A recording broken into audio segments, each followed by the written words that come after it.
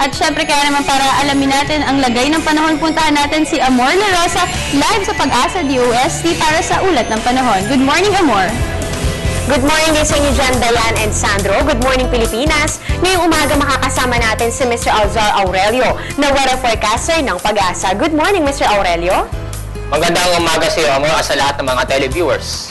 Mr. Aurelio, dahil tayo nga ngayon ay nasa last week na ng April at papunta na rin tayo sa first week ng May, at ito nga ay sinasabi ng Pag-asa na yung peak season ng ating tag-init na panahon. So, ibig sabihin nito, dito natin maitatala yung pinakamaiinit na temperatura. At base nga sa forecast ninyo na temperature range dito sa atin sa Luzon, Visayas at Mindanao, pinakamataas yung inaasahan sa bahagi ng Luzon. So, ano ba yung dahilan nito? At kumpara dyan sa Kabisayaan at sa Mindanao area, mas mataas yung ina-expect nating temperature dito sa atin sa Luzon.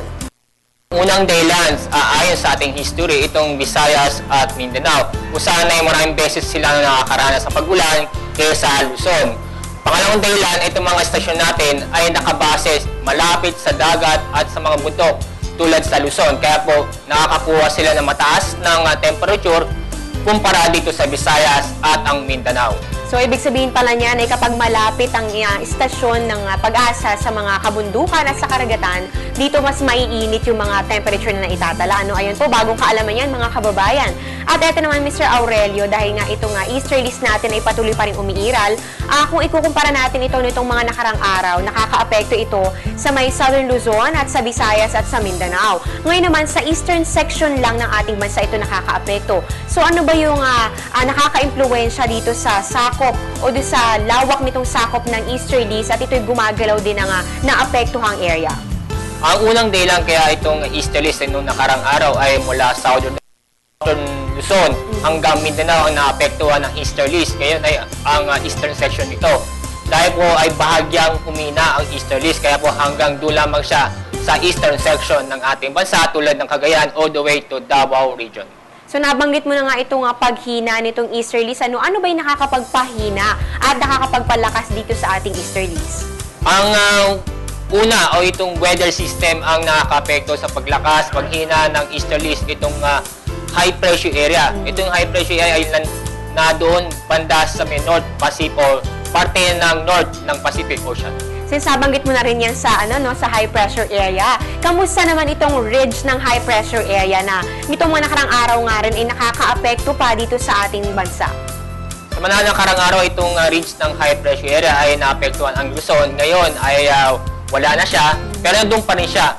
Pero itong ridge ay hindi na umaabot sa ating bansa at ngayon ay nasa bandang Taiwan area, itong ridge ng Okay, so sa madaling salita, meron pa rin po tayong high pressure area, pero ang extension nito o yung ridge ay hindi na po umaabot dito sa ating sa Philippine Area of Responsibility. At eto naman, dahil patuloy pa rin tayo sa pag-monitor dito sa lagay ng ating temperatura, ano ba yung naitala ng Pag-asa kahapon na pinakamaiinit na temperature dito sa ating bansa? Kahapon, halos sa Luzon ang nakakuha ng matataas ng temperature. Ang una dyan, itong nasa bandang Central Luzon, itong Subic Bay, ito yung nakakuha kahapon ng 37.5 degrees Celsius. Pangalawa, itong Cabanatuan City, ito yung umabot sa 37.0 degrees Celsius. Sumunod ang Dagupan City, ito ay umabot sa 36.8 degrees Celsius. Pang-apat ay pagkaparehas ng Dagupan City, ito sa bandang San Jose Occidental, Mindoro, ay umabot sa 36.8 degrees Celsius. So, ang lima ay dito sa Science Garden, dito sa Penn City, ito yung umabot ng 0.5 degrees Celsius. So, talagang dito natin sa Luzon mararanasan itong may init na temperatura. At ayon nga dyan sa nabanggit mo na mga top 5 hottest temperature ay karamihan nga dito ay sa bahagi ng Luzon. Ayan, maraming salamat, Mr. Alzar Aurelio, sa ibinahagi impormasyon tungkol sa lagay ng ating panahon.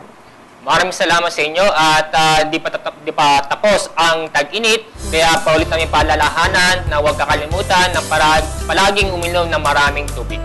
Ayan po mga kababayan, natunghayan po natin si Mr. Alzar Aurelio na weather forecaster ng Pag-asa. Ito na po ang latest sa lagay ng ating panahon. Patuloy nating mararanasan ang epekto ng easterlies bagamat hindi na po ito sa Southern Luzon at apektado pa rin ito ang silangang bahagi ng ating bansa. Dahil dito ang malaking bahagi ng Pilipinas ay makakaranas po ng magandang panahon, maliban na nga lang sa mga pulupulong pag-ulan o pagkidlat pagkulog. Humina po ang easterlies na ito dahil po sa epekto ng high pressure area. Asahan pa rin po natin na patuloy ang pagtaas ng temperatura natin sa bansa, lalo na po ngayong huling linggo ng Abril at ngayon nga pong papunta na tayo sa unang linggo naman ng Mayo. Kaugnay nito, alamin natin agwat ng temperatura sa iba't ibang bahagi ng bansa. Dito sa atin sa Luzon, mataas po sa Metro Manila. Yan po ay 25 to 36 degrees Celsius. At dito naman sa Baguio City, meron lamang 16 to 26 degrees Celsius. Mainit din po ang panahon sa Puerto Princesa. Yan po ay 25 to 33 degrees Celsius. At dito naman sa Tagaytay City, may 22 to 32 degrees Celsius.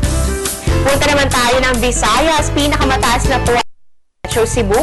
Yan po iaabot ng 26 to 33 degrees Celsius. At dito naman sa Tacloban, meron pong 24 to 32 degrees Celsius.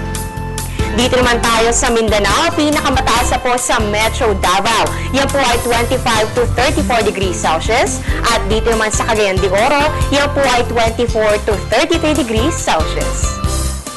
At yan ang latest mula dito sa Pag-asa, manatiling nakatutok sa Panahon TV Express, kung saan pinipiling panahon ang pagbibigay impormasyon. Ako po si Amor La Rosa, magandang umaga.